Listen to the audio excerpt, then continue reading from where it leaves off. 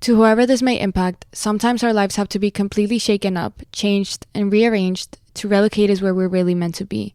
Sometimes change feels like loss, transformation is scary, and sometimes, to discover the best version of ourselves, we must let go of absolutely everything holding us down. Welcome to I Missed Me, your new safe space. I Missed Me's purpose is to help people all around the world to come back home to themselves. It is a healing self-growth podcast that encourages people to dive deep into their emotions, heal their traumas, and ultimately love themselves. My name is Mafia Ansures. I am your host, and I hope to be a part of your healing journey. Lux presents Hollywood.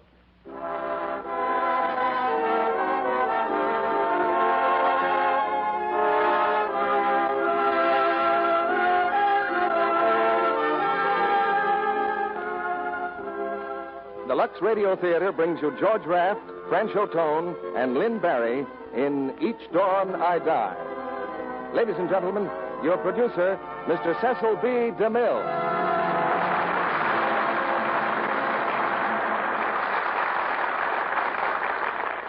Greetings from Hollywood, ladies and gentlemen. This Hollywood of ours is more than a place. It's an idea that embraces all America. We plead no special interest and ask no special consideration. We are democracy in action, to provide entertainment for the whole people and by the whole people. Take the case of the Lux Radio Theater tonight. Our stars are George Raft, French Otone, and Lynn Barry. They hail from New York City, Niagara Falls, and Roanoke, Virginia. And the rest of our cast represent 12 more cities, from the Atlantic to the Pacific. And the families from which they come are rich and poor and in between. The play that brings them all together is the Warner Brothers success, Each Dawn I Die. It's the story of a man sent to prison for a crime he did not commit, and of the girl and the gangster who give him courage when he needs it most. We were encouraged this week by a letter from a lady in Ohio, which adds another chapter to the adventures of Lux toilet soap in faraway lands. It seems that the lady has a daughter, and the daughter has a fiancé who's a soldier somewhere in North Africa. One day, he developed a desire for oranges and approached an Arab who had some on display. Knowing that it's more fun to barter for something than just to buy it, he'd come prepared with a cake of Lux toilet soap, which he'd received in a Christmas box. After bargaining for a few minutes, the soldier unwrapped the soap and let the Arab smell it. The Arab immediately offered 3 times as many oranges as he had before, and the exchange was made. Our thanks to the lady for the information. I predict that if that soldier ever meets the Arab after he's tried Lux toilet soap, he'll have orange juice for the whole regiment. It's curtain time now for Each Dawn I Die, starring George Raft as Stacy, French Otone as Ross, and Lynn Barry as Joyce.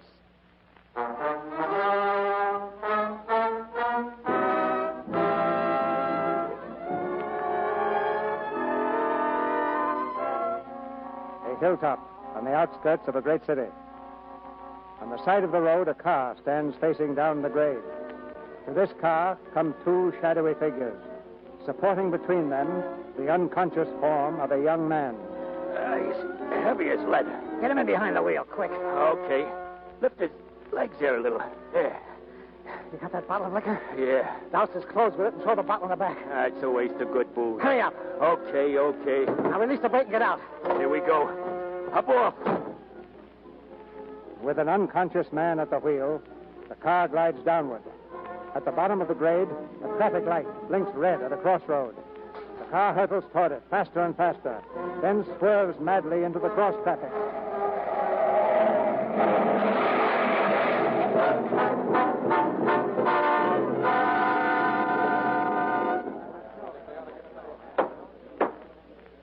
You, Frank Ross, having been found guilty of the crime of manslaughter, it is now my duty to pronounce sentence. There can be no excuse for leniency in your case, as you should be well aware, since you have, as reporter for the Daily Record, often denounced drunken driving as the most ghastly of crimes, a view with which the court agrees entirely. And when such drunkenness results in the slaughter of 2 young innocent citizens... I didn't kill those people. I wasn't drunk. I wasn't even driving that car. When the accident occurred, you were behind the wheel. The court has found that to be sufficient evidence in spite of the fact... But I tell you, I was framed. I was framed by that eminent public servant, District Attorney Hanley, and his equally eminent and equally crooked assistant, Howard Grace. Your Honor, I protest. Framed because they knew I could show them up for the dirty, grafting rats they are. Silence! Silence! Frank Ross, you are hereby sentenced to the maximum penalty the law provides. Imprisonment in the state penitentiary at Rocky Point for 5 to 20 years. Court adjourned. All right, Ross. This way. 5 to 20 years. Frank. Oh, Frank. Did you hear him, Joyce? 5 to 20 years. For something I didn't do. Darling, it's not over yet. We're going to fight this. We'll be working for you every minute. We'll get you out, darling. 20 years. I'll write to you. I'll write every day. And you write, too. Please, darling. Sure, Joyce. Frank. Come on, Ross. We've got a train to make.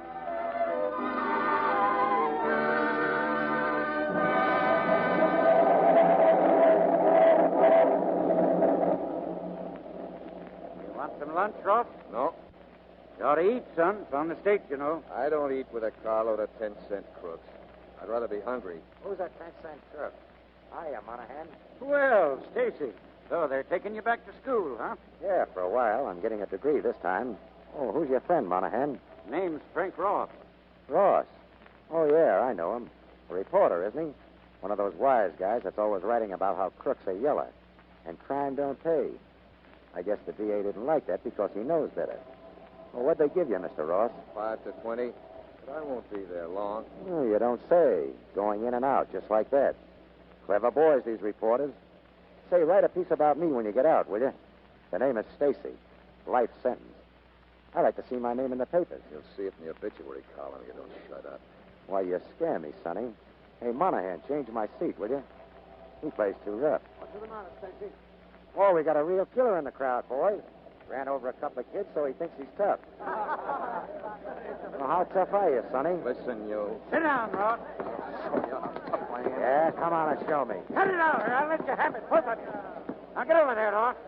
Sit down. Let him go, Monahan. I'll tear his head off. You shut up, Stacy. What'd you go picking on him for? I don't like reporters any more than I like cops. If a reporter hadn't stuck my pan all over the front page, I wouldn't be here. And now I got all the trouble of crashing out. Yeah. Don't forget to send us the date. Yeah, and don't bet that I won't.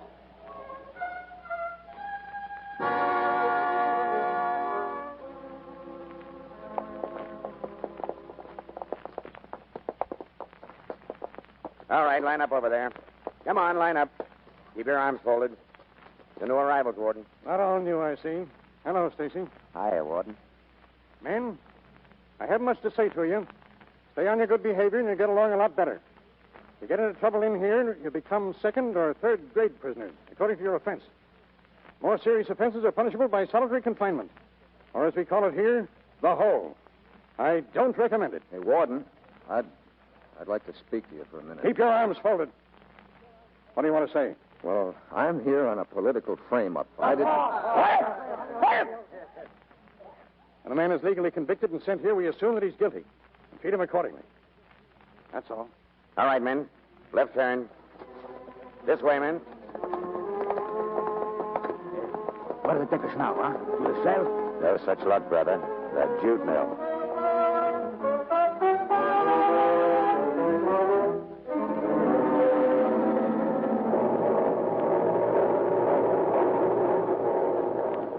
Hey, Pete. 10 more men here. Okay, I'll take care of them. Well, if it ain't Stacy again. Couldn't bear to be away from old Pete, huh? What's he got this time? 199 years. Well, now, that's real generous of the judge, huh, Stacy? And just to show you what a nice welcome home you're going to get, guess who's in here doing the brook, too? Your old friend, Lippy Julian. Julian? In here? Yeah, I thought that'd get a rise out of you. Hey, Lippy, come over here. You want me? Yeah. You know this fella? Yeah, I guess so. He ought to know me. I gave him that limp the time he tried to double-cross me in the Dannemora break. I know you. And you ain't going to forget me. Now, boys, don't fight on Mr. Stacy's first day back. Stacy, over to that breaker and get to work. You go with him. Wait a minute. What's your name? Ross? Say sir when you address an officer.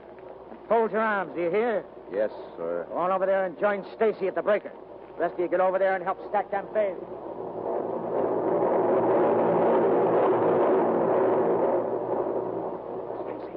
Hiya, Stacy. Hey, fellas, look who's here. Hello, Muggs. Oh, it's just a visit. Oh, this is Frank Ross, boys, a gentleman of the press. He's a killer, so hang on to your hair.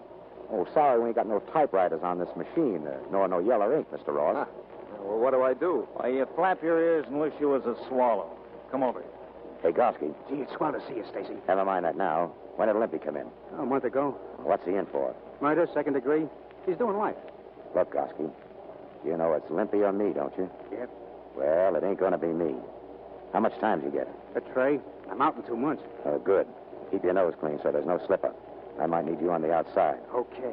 But listen, don't turn your back on Limpy. He's got a knife stashed, and he'll use it. Don't worry. I'll watch him. Come here, you guys. Stacy, Gowski, what were you talking about? Come on, what were you talking about? Ain't there a rule against talking in this jug? Yeah, and you broke it. Limpy heard you. Come here, Limpy. What'd they say? I couldn't hear them, but they was talking. Why, you low-down crawling. Get back. Break it up, you hear? Look at that. Stacy, he's reaching for a knife. Grab that guy. I'll kill him. Get back. Look out, Stacy. Now, get back to your machines, all of you. Go on. Come here, Ross. That was your trip, Limpy, wasn't it? Wasn't it? Well, he had a knife. I don't like to see anybody get cut up. You're learning fast, ain't you, Mug? Look, I'm no mug, and I don't like being called one. Oh, you don't like it, huh? Get over to the captain of the yard. You too, Stacy. We'll see if a month in third grade will take some of that guff out of you. Go on, beat it.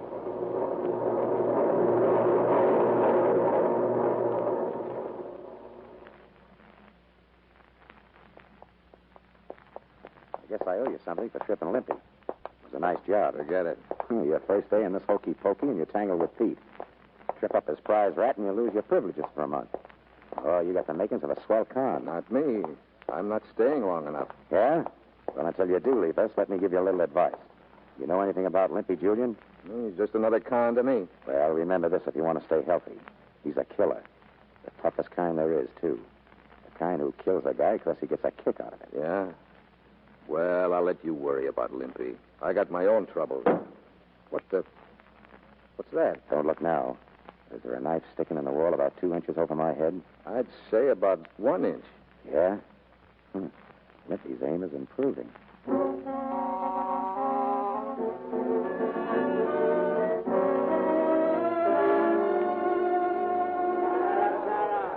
All right, you guys, keep moving, will you? This is supposed to be an exercise period. Yeah, moving. Well, move faster. You'll be getting fat, Stacy. Yeah? You got a cigarette, Ross? Here. Thanks. Well, by the way, whatever happened to that plan of yours for getting out of this place? I hear they turned down your pardon, Ross. Yeah. That gives you a year and a half before you can even ask again. Well, the paper's working on a new angle. If the boys dig up some evidence, I get a new trial. Sure, I knew a guy like you once. He's waiting for a new trial, too. He waited 30 years. Did he get it? Yeah, they found him guilty again. Oh, hi, Goski. Hiya, Stacy. Hey, listen, I just got ratted on. Well, what about? That can of soda you slipped me this morning. They saw me using it. That means the whole. Who read it? Limpy and his new pal, Feather. Well, what's wrong about soda? Well, you mix it with salt and damn tobacco powder, and it makes snuff. It's forbidden. You got it on you, Goski? Yeah, but Pete's looking for me right now, and I can't get rid of it. Slip it to me. To you? Stacy, they'll put you in the Come hole. on. You're going out on parole next week, ain't you? You can't afford to go out of circulation now. I need you on the outside. Slip it quick. And here, keep this knife. Till I come out. I may want it.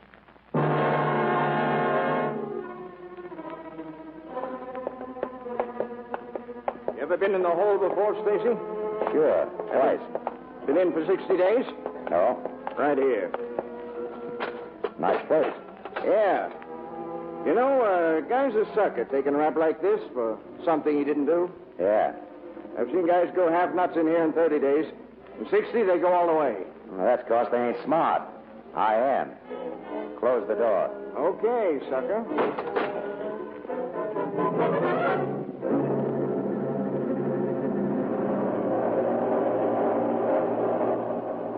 Hey, fellas, Stacy's out. He's out of the hole. When they let him out? An hour ago. I seen him taking him up to the office. How'd he look, Red? Like a ghost. His eyes was all shut like the light hurt him. So he's out. Well, we'll find out pretty soon who wins the blood sweep. You got a bet on it, Dale? Yeah, plenty. You got a bet, Ross? I don't bet on one guy killing another. That ain't it. Limpy says he'll get Stacy before he's out of the hole 48 hours. But you got to call the hour.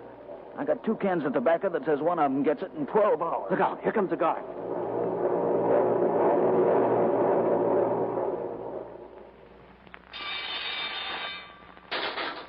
Lights out in 10 minutes. Hiya, Ross. Hello. Put me in with you. Mine? Why should I? I took that bunk there. I didn't know. That was mine. Oh. It's okay. I'll just move your stuff. Wait a second. Leave it alone, Al. Hey, what's that? I told you to leave our stuff alone. You got a knife, huh? Yeah, I got a knife. What about it? Nothing, I guess. How'd they hand you down? I can't fix. Need anything? Soap? Tobacco? Toothpaste? Listen, Ross. Forget about that shiv. What shiv? Never heard the word before. This shiv. The knife. I don't see any shiv. Okay, Ross. You're all right. Hello. Hello, Warden. This is Gallagher. Listen, Warden, we've had a killing. In the theater, a killing. We had the men there to see a picture, and all of a sudden this guy... What? It was Limpy Julian. Yeah, somebody stuck a knife in him.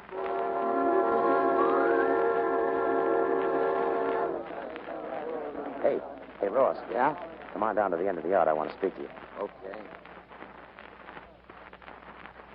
What do you want, Stacey? Listen, that paper you work for doing you any good? Well, they're trying. You've been here 4 months. Well, it takes time. Some rat, wasn't it? I told you that a couple of times. All right. Look, if you could get out, would you be able to track down the guys who framed you, wouldn't you? Sure, only I'm not out. I'm in. What do you want? Listen, Ross, I didn't kill Limpy. Sure, all right. Whether you believe it or not, I didn't. I meant to. I was afraid the screws might search me. So I passed the shiv on to another guy. He loved Limpy like I did. So Limpy collected. Okay. But that don't make any difference between us. You saw me with that shiv, and you thought I did it. A word from you, and I'd be doing the book in the hole, and you'd probably be pardoned. Forget it. I'm no rat. I don't forget it. You kept your mouth shut. I owe you plenty for that, and I'm going to pay. Ross, did you ever figure that if I was out, I could find out who framed you and get you sprung? How? I got connections. I can find anything out by putting dough in the right places. So all we got to do is get you out. That's a cinch, isn't it? Listen, this is no screwy idea. I can get out. If you'll help me. How? Look, you're up for killing some guy in here. You're tried in the courthouse. I'm doing life. 199 years. So no pardon. No parole. I can't crash over these walls in a million years. So the only chance is to get to the courthouse and try it from there. It'd take an army to get you out of that courthouse. A lot of guys have tried it. They tried it alone, and they didn't plan it. Listen, remember Gorsky went out a couple of months ago? Well? We figured this out together. I let someone rat to the warden that I sunk that knife in Limpy. I get indicted. Gorsky follows the case through the papers and gets me a mouthpiece. He knows the day I'm to be tried. He knows the courtroom. He makes all the arrangements. Where do I come in? You're the only guy I ever met that gave me a break without putting the bee on me for dough. So now I'm giving you a break. Go to the warden and tell him about me having that knife. I told you I wasn't a rat. Look, I'm asking for this. It's my only chance. I won't do it. You say you didn't kill Limpy. Well, somebody did. And they got to get the right guy. Limpy was killed. Murdered. And that still means something to me. Oh, will you listen? Ross. Frank Ross. Yeah? Get over to the warden's office, Ross. We got a visitor.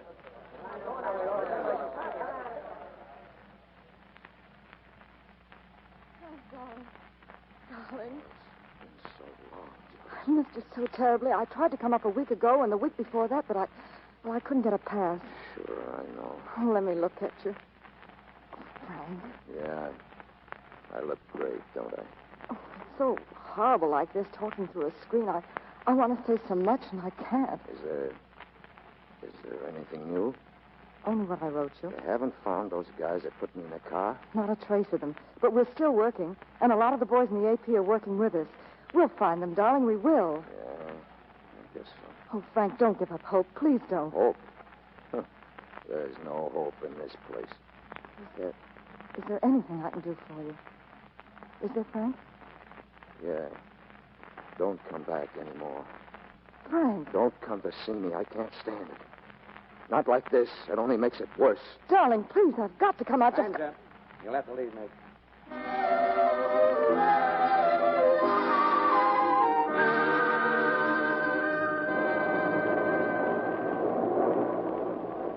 Stacy. Yeah, what? Listen, I've been thinking. Will there be any shooting down at the courthouse? No. Are you sure? I don't want blood on my hands. Will you give me your word? What it's worth to you? Sure. Okay, Stacy, I'll share with you. Good. But remember this. Afterwards, they may figure you in on it, throw you in the hole. You may have to take a lot of punishment. I don't mind. But don't talk. Once it's done, keep your mouth shut. That's the tough part of this. I know. You or those guys on the paper got any line on who framed you? There's only one lead. You ever hear of Shake Edwards? Yeah, a rat. Well, he was in front of the newspaper office when I came out that night. He was the finger man, I'm sure of it. Shake Edwards. I'll find him. And I'll get you out, remember that. No matter how bad things look. Or if it takes a long time, I'll get you out. Legally. All you got to do is to get to tell the warden you saw that knife in my bunk. Well? All right, Stacy. Good luck. So long, fella. Thanks for everything.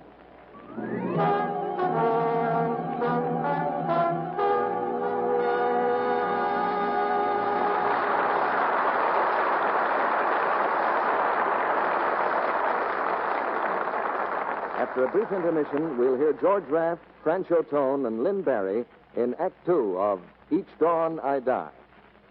And now, greetings to Libby Collins, our Hollywood reporter. Libby, here's what I guess you'd call a leading question. Do you think a woman can really improve her complexion? Well, I not only think she can, but I think she's foolish not to try, Mr. Kennedy. It's just a matter of determination. Determination and Lux toilet soap, Libby? Naturally, Mr. Kennedy. There's an unbeatable combination. But improving your complexion's like exercising to reduce your waistline. You start with a flourish, keep at it a few days, and then... I know, Libby, I know. But as a matter of fact, complexion care really is lots easier. And we women are lucky to have a real beauty soap to help us. Lux soap is that. Pure and mild, truly gentle. Which is why, of course, 9 out of 10 screen stars use it. Yes, I've heard many a star say she wouldn't be without Lux toilet soap. Screen stars just can't afford to take chances with complexion loveliness. And neither should any woman. Because every woman can be attractive if only her skin is fresh and smooth. Just ask any man if there isn't something irresistible about a lovely complexion. Well, ask me, Libby. I'd say yes. Decidedly yes. Well, screen stars certainly know the appeal of soft, smooth skin. They wouldn't dream of skipping their daily beauty care. Toilette Goddard tells me she uses Lux toilet soap every day. Always takes a thorough, active lather facial at bedtime. She smooths lots of the lather well in, rinses thoroughly, and pats with a soft towel to dry. Now, that's a very simple care, but it works. I know that from my own experience. And I feel this so strongly, I want to say it again. The woman with average features can look simply charming if she'll just make the most of her looks and give her skin a chance to be fresh and lovely. Well, now I'll bring my little sermon to a close, Mr. Kennedy, with these words. 30 days of regular Lux toilet soap care is the way to new complexion beauty. There's a tip straight from Hollywood. Right, Libby, and a mighty good one. Lovely ladies everywhere depend on Lux toilet soap, the beauty soap of the stars. And if any one of you ladies hasn't tried this fine white soap yet, why not make a note to get some tomorrow? Now, our producer, Mr. DeMille. Act Two of Each Dawn I Die, starring George Raft as Stacy, Francho Tone as Ross, and Lynn Barry as Joyce.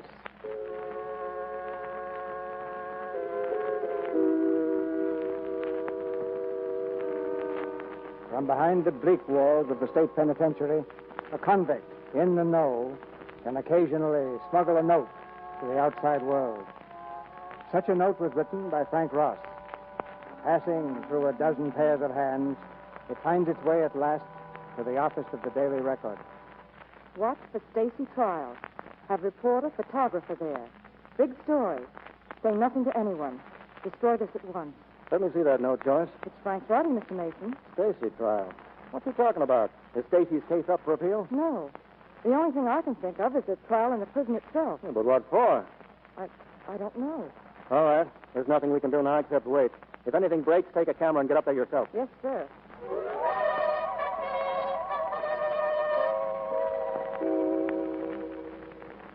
Hey, Ross, you asleep? No. Will you tell him the warden tomorrow morning? Yeah. Got your story straight? I saw you with that knife. I didn't see you knock Limpy off, but I can identify the knife. Right. Fire down there. Stacy, You got your plans all set? Yeah. Look, the day of the trial, Broski's sending a laundry truck up. Gets in the gate and parks just below the courtroom in the alley. Gets motor trouble, see? Call me to the stand. When that happens, I've got a guy at the window to give me a signal. Motor's fixed all of a sudden, and the gate's open and let the truck out.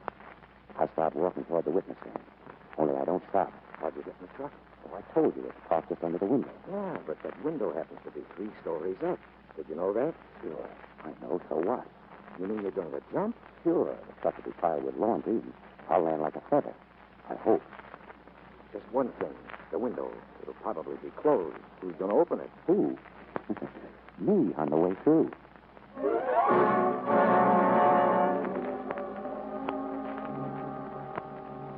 You identify this knife as the one you saw in Stacy's bunk? Yes. Why didn't you tell me about this before? Well, I didn't want what Limpy got. Why this sudden courage? It isn't courage. I want to get out of here. I see. I suppose you figure that if you squealed on Stacy, you get a break from the parole board, had it? Yes. Yes. I suppose you will. I hope it makes you happy, Ross.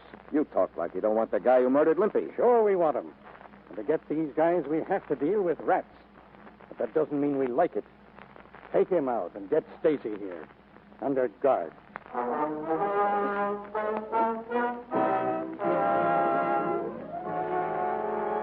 Stacy trial set for 28th. On the 28th day of this month, a notorious gunman and bank robber will stand trial for the murder of a fellow convict. Should the verdict go against him in this trial, his sentence of 199 years will be changed to death. Stacy will finish his life sentence in the electric chair. Yeah, if I'm still here to sit in it.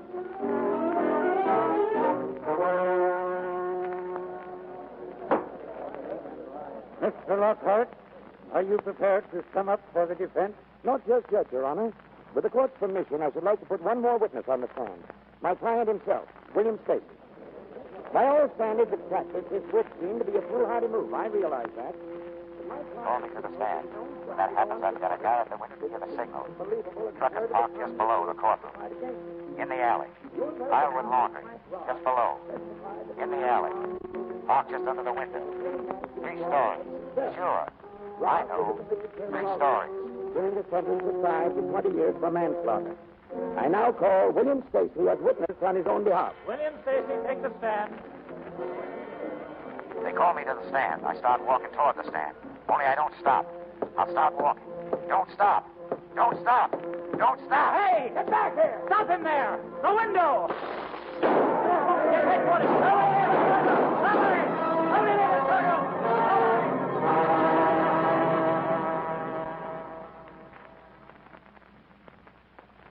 You know nothing about this break? I told you. I don't know a thing. You testify against Stacy, bring him to trial. Your newspaper covers a successful prison break with pictures of the criminal escaping, and you know nothing about it. Well, nothing to say, Ross? Nothing. Gallagher, bring Feather Miller in. All right, Feather. This way. Come here, Feather. Yeah, Warden? You know this man? Yeah, he's Ross. Repeat what you told me this morning. Well, Go on, Feather, go on. It was the day he squealed on Stacy. I saw them together in the jute mill, and, well, they were standing behind some bales, and they were speaking. And they shook hands, and the day after that, Ross went into your office, and they squealed on him. You dirty little... Cut it. Well, Ross, still got nothing to say? That's right. Okay. That break you were going to get from the parole board seems to have backfired, Ross. But I'll give you one more chance. You give me the lowdown on Stacy's escape and tell me who helped him. I'll give you your first-grade stripe and put in a word for you for the board. If you don't talk now, you'll do your 20 years, Ross. Every minute of it. All right, Gallagher, take him to the hole. You haven't got anything on me. I don't know where Stacy went, but I'm glad he made it. I'm in here on a phony rat, and I'm not taking a thing from anybody around here anymore. Rules don't mean a thing. Come on. I'm going to be just as mean and dirty and hard to handle as the worst con in the joint. And I'll flood the first guy, rat or screw, that crosses me. Come on!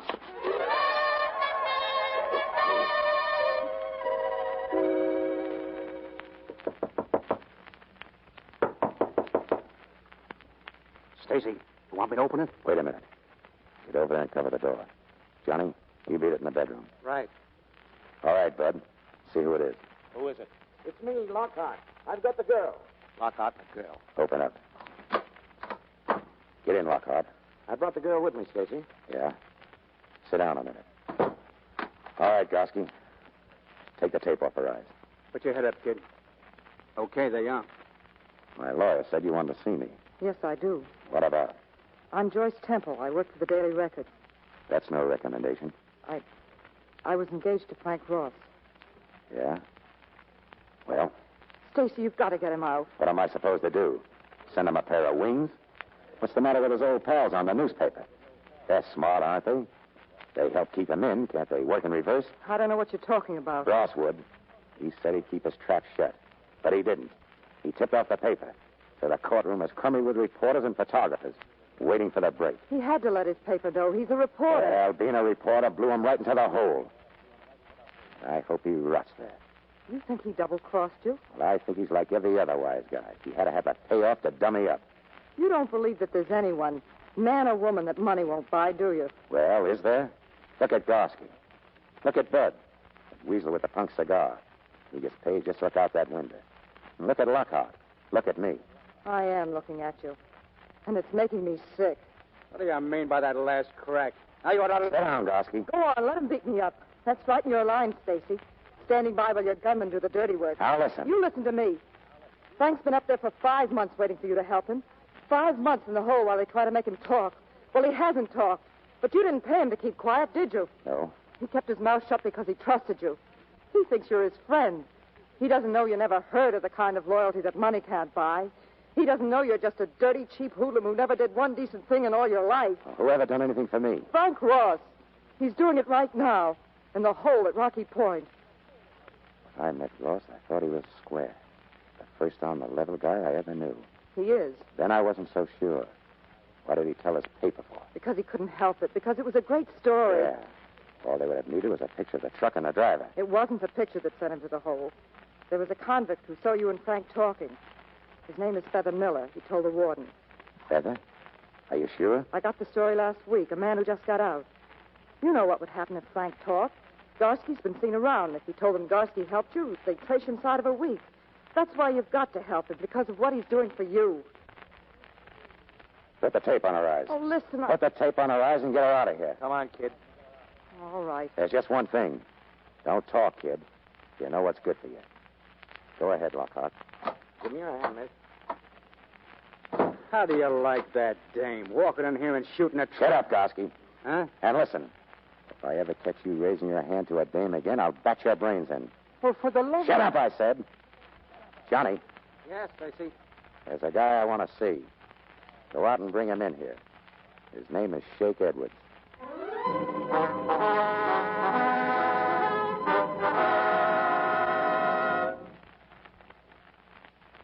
I don't know. Believe me, Stacy, I don't know anything about it. I didn't have anything to do with it, honest, Stacy. I'm waiting, Shake. Who were the guys who stuck Ross in that car? I don't know, I tell you. You want me to refresh your memory? Now talk. Don't, Stacy. Talk. All right. All right, I'll tell you, Stacy. Go ahead. There was 2 of them. They put Ross in the car on top of the hill and busted a bottle of booze all over the back. Who are they? One was Charlie Lang. He skipped out to the coast. You'll never find him. And the other guy? Come on. It was Feather Miller. He's in Rocky Point. Yeah. That newspaper was making things hot. The DA sent him away on an old rap to keep him out of the way. Like putting him in a safe. That's all I know. You can't blame me, Stacy. That's all I know. Shut up, Rat. Gorsky, call Lockhart. And get the boys in. I want to see them.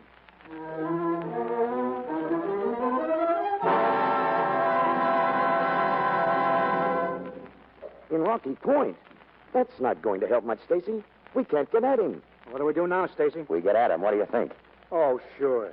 We just take off the Kelly at the prison door and say, please, can I talk to Mr. Feather Miller? It's too hot, Stacy, and supposing we do get the guy, where's the payoff? The payoff. We get Ross out. That's the payoff. Why don't you forget it, Stacy? That's what I say. Go fooling around in Rocky Point, we'll get paid off with a slug in the belly. And I ain't taking that for Ross nor nobody. Okay, get out of here. All of you. Go on, beat it. There's not a thing you can do, Stacy, not legally. They'd never let me get near that Miller guy. All right, so why should I suddenly get legal? I've been doing all right the other way. I don't get it. Look, most of the guys in this world are a bunch of heels. You included.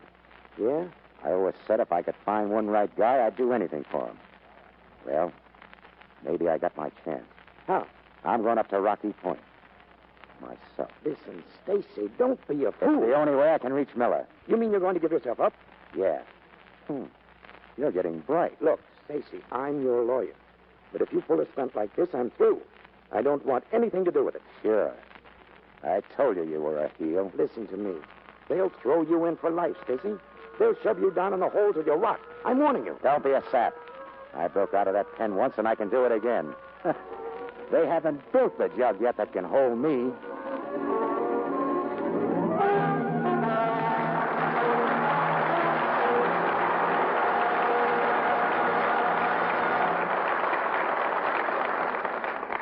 We pause now for station identification. This is the Columbia Broadcasting System.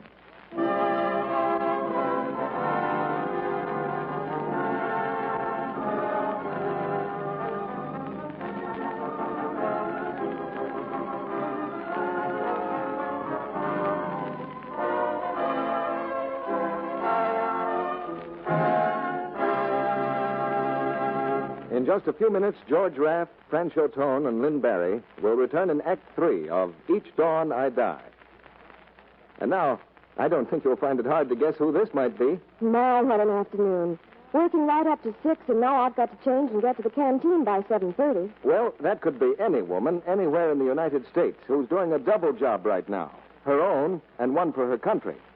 It might be a famous Hollywood star who's just finished her day's work at the studio and is going to be serving sandwiches at the Hollywood canteen tonight.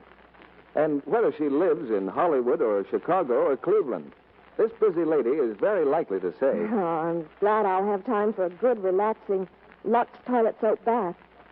Guess I'll treat myself to a nice new cake. And if it happened to be Barbara Stanwyck or Irene Dunn or Marlena Dietrich, for instance, she'd tell you... Here in Hollywood, we always use our complexion soap as a bath soap, too. Lux soap makes a wonderful beauty bath. Busy women everywhere have discovered something. That creamy Lux soap lather seems to float away dust and dirt in a twinkling. Leaves my skin fresh and sweet, so that I'm sure of daintiness. Yes, active lather does the trick. It's thorough, yet it's gentle, too. When you step from your Lux toilet soap bath, your skin feels satin smooth, exquisitely fresh. Women say this fragrant, relaxing bath is wonderful as a quick beauty pickup. They enjoy the delicate Lux soap perfume, too. A perfume like the fragrance of many lovely flowers. And here's a thrift tip. Lux toilet soap is hard milled.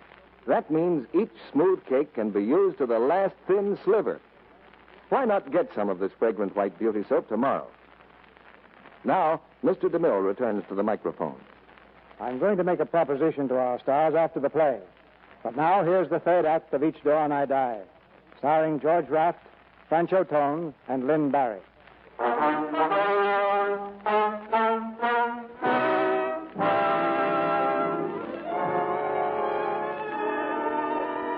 With a life sentence hanging over him, Stacy walked through the gates at Rocky Point and gave himself up. Stacy's back. Stacy's back. He walked in the front gate like he was going for a stroll. He's a crazy, that Stacy. A life sentence, and he comes back to serve it. In the warden's office, Stacy lounges carelessly in an armchair, a cigarette dangling from his lips. He's very sure of himself, cool and arrogant. Why'd you come back, Stacy? Well, I like it here, and I got lonesome for my friends. I'm afraid you won't see much of them for quite a while. You know what this means, Stacy? Sure. It means the book in the hole, according to the rules. But not for me. I only came back for the weekend. You made it out once, Stacy, but you'll never do it again. Well, we'll see how it works out. Now, do I get that plush-lined cell in solitary, or don't I? Any time you say. Thanks. Oh, by the way, you still holding Ross in solitary? Yes. Why? Well, I sort of figured you could let him out. Now that I'm back, I mean... Why are you so interested in Ross? Oh, I'm not, but I don't like to see a guy taking punishment for nothing. Did Ross help you make that break? You're still kind of sore about that, aren't you? Well, I can't say I blame you. Did Ross help you? I helped myself. All right, Stacy. What happens to Ross? I'll let him out of the hole when you go in.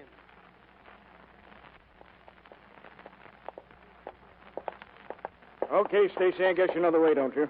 Yeah. Looks familiar. What are you doing this time? The warden says the book, but you never can tell. Ross? All right, Ross. Come on. You're out. You're out. We've got a new tenant for this place. Hiya, Ross. Oh, so they caught up with you. They slammed you right back where you belong, didn't they? Yeah. Well, I'm glad. I'm glad they got you. You hear? Sure. That's all right. Take it easy, kid. Come on, Ross. Inside, Stacy. Okay, lock it up good and tight. I might decide to go for a walk.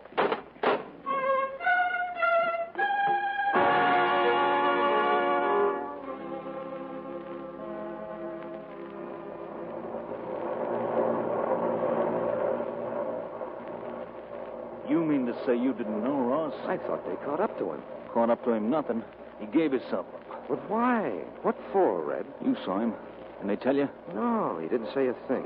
Yeah? Watch yourself. Pete's looking. Okay. Listen, everything's set. Yeah? What time? 3 tomorrow afternoon. Right in the jute mill? It's the best place. Joe's going to be on the door. At 3 o'clock, they open it for a couple of bales. Mooch over and stall around until we get them open. There'll be guns inside. How many? I don't know, but enough. Wait a minute. Is this a break? Yeah, it's a break. Didn't you let him in, Red? No. I didn't know whether you wanted him. We want every guy in the mill except Feather. I told you that. We need him. Well, you'll have to get along without me, too. Yeah? Why? Because I think you're nuts. What chance have you got? Suppose you do bust out of the mill. There's still a wall to get over. We'll take care of that when we get to it. That's a great plan. Run up against a wall and then figure a way out. Are you with us or not? No, I'm not. Even if you had a chance, I wouldn't be with you. What do you want to do, rot in this place? Well, I'll rot before I see you send every man out there to get a slug in his head. All right, Ross. But I'm warning you. If you know what's good for you, don't talk.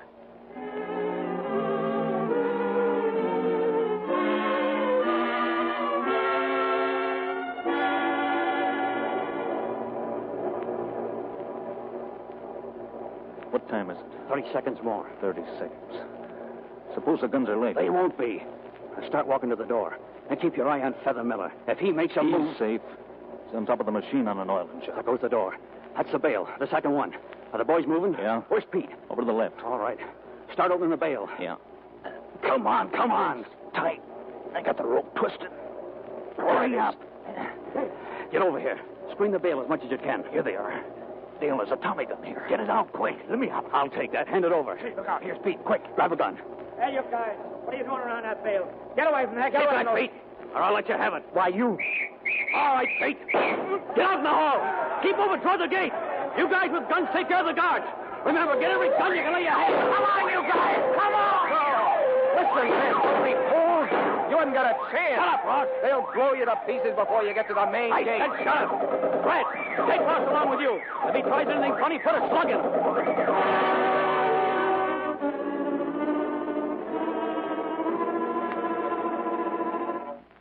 It just came in, Mr. Mason. They're breaking the jute mill at Rocky Point. Prison break. Get a hold of Jerry. Tell him to beat it up there. Jerry Phillips, quick. They've got the warden locked in his office. They're holding him as a hostage. Any of them get out yet? No, the state guard's been called. They're surrounding the prison. Hello, Jerry? Get a car and meet me downstairs. We're going up to Rocky Point. Wait a minute, Joyce. I didn't say you. I'll call you as soon as I get there. Joyce!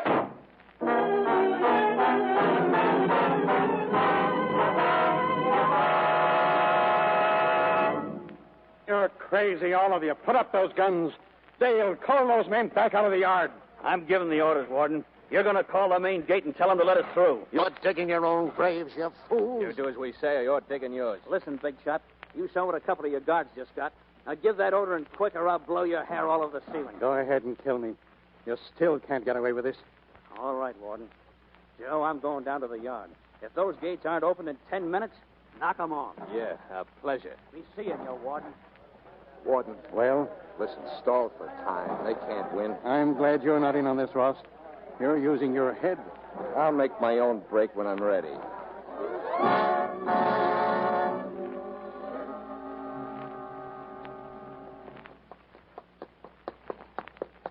Stacy! Here, over this way. I got the keys, Stacy. What goes, Red? We got the warden. We're holding him in the office. Some picnic, huh? Who's running? Deal. Come on. Is Ross with you? He's in the office, yeah. And listen, I got 2 guys watching Feather Miller. You said you wanted to see him. Yeah, I do. You got a gun, Red? Yeah. Give it to me. I'll be in the warden's office. Get Feather and bring him in there.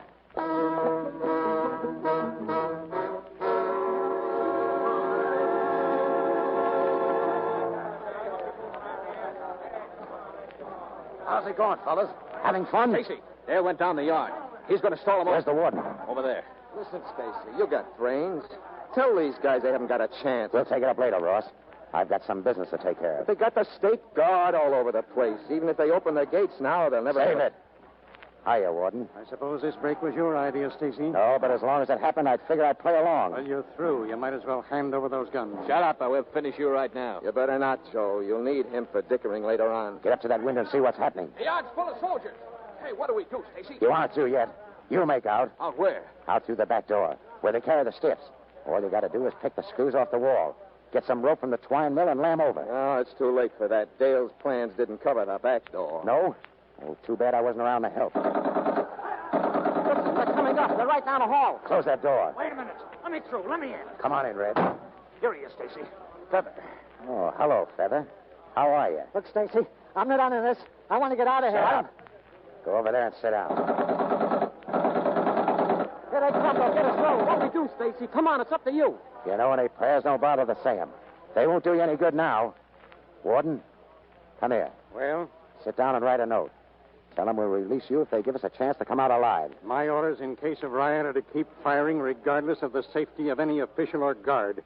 Those orders will stand. Okay. Joe, here. What do you want? Here's a chance to be a hero, Joe. Get out the back and across to whoever's in charge of that twine mill. Tell them to cease firing. We surrender. I ain't going. I'll be killed. So what? You'll be knocked off in here, too. No, I won't do it. I'll open the door for you. Beat it. No, listen, Stacy. Come on, now. I told you, Stacy. You can't get out there. Yeah. Looks like they don't want to play. Hey, what's the matter? You hit? Yeah. How bad? Bad enough, I guess. Come on, all right. Come on. Pick him up. Put him on the couch. No. Don't move me. Isn't there anything I could do? Not a thing. It doesn't make much difference anyway. Hey, wait. Where's that Feather guy? You want him, Stacy? Where is he? Feather, come here. Hurry up. I haven't got any time to waste. Funny, an hour ago I had 199 years to do. Now I got no time. Get over here, Feather. Hold him where I can see him. What's the matter, Stacy? Hand me a gun. What for? Well, Rat. Caught up with you at last. I ain't done nothing. Don't shoot me, Stacy. I ain't done anything. I know. Warden, here's a bird wants to sing. About Ross. He gets snappy, Feather. I don't know what you mean, Stacy. Honest, I don't... That was just a sample, Feather. Off by an inch. The next time I won't miss. Listen, Stacy, I don't know what you're talking about. Come on. Come on. No, don't shoot. Don't. You ready to talk? Yeah. Okay. Warden, this is a confession. And it's going to spring Ross. So remember it.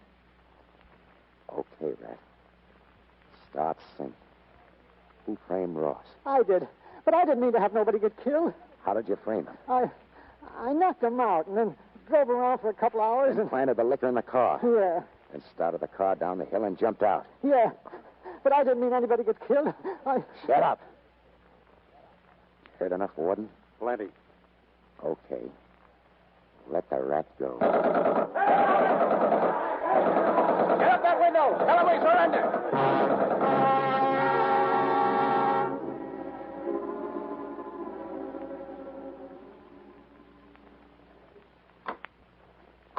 You can go in, Ross.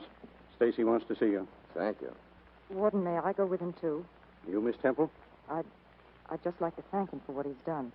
Very well. Go ahead. Stacy, it's me. It's Ross. Ross? Yeah.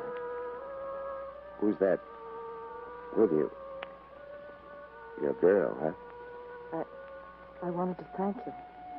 Forget it. You're going to get out, Ross? In a couple of days. That's great. I'm going out, too. My way. Look, you can pull through this if you want to. Try, Stacy, will you? What for? You know, I'm glad for one thing, though. I finally met a square guy. So long, fella. Stacy? It's funny. I was saying, just a couple of days ago, they haven't built the jug yet that can hold me. I was right. Wasn't I?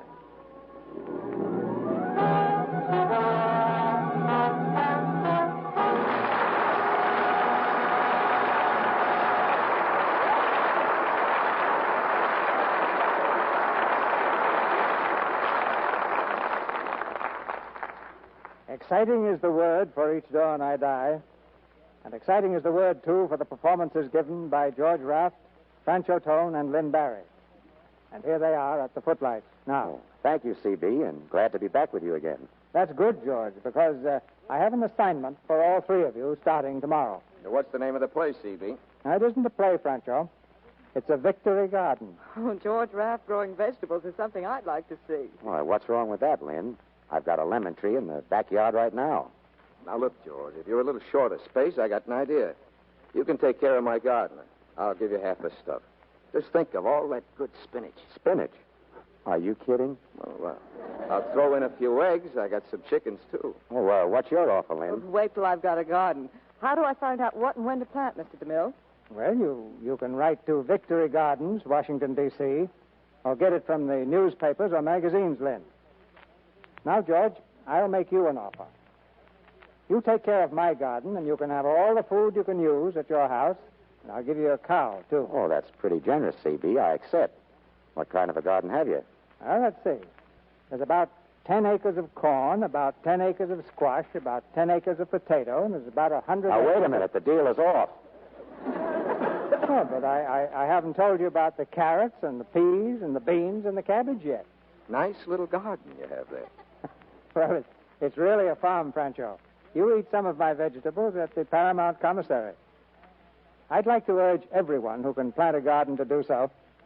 But let's not be grim about it, because it's a lot of fun. There's no reason under the sun why everyone can't solve part of his own food problem in his own backyard and have a good time doing it. Well, if I'm going to plant a garden, I'd better get in an extra supply of Lux toilet soap. I'll bet it feels better than ever after a day in the garden, and your complexion will certainly need the right care. By the look of things, you and Lux Soap have been very happy together, Lynn. Well, what's on the fire for next week, CB? Something very unusual, Francho. Because next Monday night, one of Hollywood's newest finds will star in one of our plays before he appears on the American screen. His name is Pierre Aumont. And within a few weeks, you'll hear a great deal about his screen performance in the new Metro-Goldwyn-Mayer picture, Assignment in Brittany. He came to watch the play tonight to see how we do things. So right now, I'd like to have you all meet Mr. Pierre Aumont.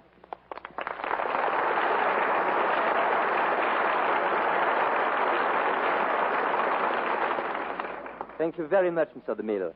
I think you have forgotten the most important thing, however. Huh? Oh, yes, of course. Ladies and gentlemen, next week in the Lux Radio Theater, this fortunate young man is going to play opposite Miss Lana Turner. You see what I mean? Before the war, Pierre was one of the big stars on the stage and screen in France. On the day war was declared, he reported to his command in the French Tank Corps.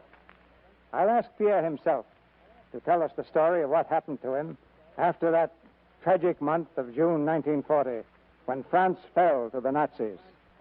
Well, most of my comrades were taken prisoner, but I was lucky enough to escape. I went to Morocco, and then to Lisbon, and then I caught a boat to the United States, and when in New York Harbor I saw the Statue of Liberty, life began again for me. And 3 days after, I was signed by Miss Catherine Cornell, and I had the great privilege of appearing with her. And then came Hollywood. I'm sorry our audience couldn't follow your career from the beginning. But suppose we start now by taking a scene from next week's play. Say that scene in the police commissioner's office. All right, sir. You ready? Ready. A man called Jean Pelletier is under arrest. In the dim light of the police station, he faces his accusers. They have told you that my name is Jean Pelletier. That is true. They have told you I am a criminal. That is true. On March the 14th, 1921, I was involved in the robbery of a bank messenger. But they have not told you I was also involved in his murder. I am confessing now because I can't go on knowing that I helped to murder a man. I have lived with my thoughts for 15 years. I can't live with them any longer.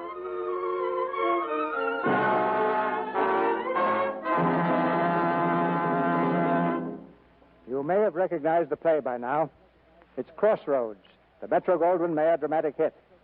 Our stars will be Lana Turner and Hollywood's latest discovery, Pierre Aumont. CB, if it's like the sample you just gave us, I'll take a full order. And good night, and good luck to you, Pierre. Thank you very much. Good night. Good night. Good night. Good night. Don't forget that Victory Garden.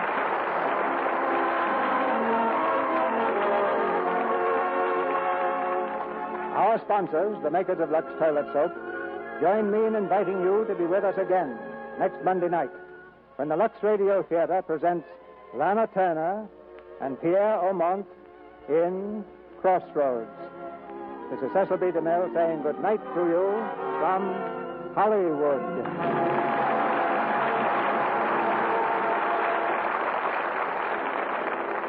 George Raft will soon be seen in the Warner Brothers picture Background to Danger. Francho Tone's next picture is the Paramount production Five Graves to Cairo. Lynn Barry appeared tonight through the courtesy of 20th Century Fox Studio and will soon be seen in their Technicolor production Hello, Frisco, Hello. Heard in tonight's play were Norman Field as Warden, Dick Ryan as Feather, and Leo Cleary, Art Gilmore, Mac Gray, Stanley Farrar, Griff Barnett, Charles Seal, Cliff Clark, Crayon Denton, Ken Christie, Eddie Marr, Tyler McVeigh, Boyd Davis, Warren Ash, and Fred Mackay. Our music was directed by Louis Silvers. And this is your announcer, John M. Kennedy, reminding you to tune in next Monday night to hear Lana Turner and Pierre Aumont in Crossroads. Before the war, 3 out of 4 Americans didn't get enough vitamins. With food shortages and rationing, you're more likely than ever to be vitamin deficient. So for extra vitamins, get Vims. Follow these 2 simple rules. Rule 1, get all the vitamins government experts say are essential. Rule 2, get them in the balanced formula doctors endorse. Remember, Vims supply all the essential vitamins and all the minerals commonly lacking. VI for vitamins, double MS for minerals. Vims. This is the Columbia Broadcasting System. To whoever this may impact, sometimes our lives have to be completely shaken up, changed, and rearranged to relocate us where we're really meant to be. Sometimes change feels like loss, transformation is scary, and sometimes, to discover the best version of ourselves, we must let go of absolutely everything holding us down. Welcome to I Missed Me, your new safe space. I Missed Me's purpose is to help people all around the world to come back home to themselves. It is a healing self-growth podcast that encourages people to dive deep into their emotions, heal their traumas, and ultimately love themselves. My name is Mafia Ansures. I am your host, and I hope to be a part of your healing journey.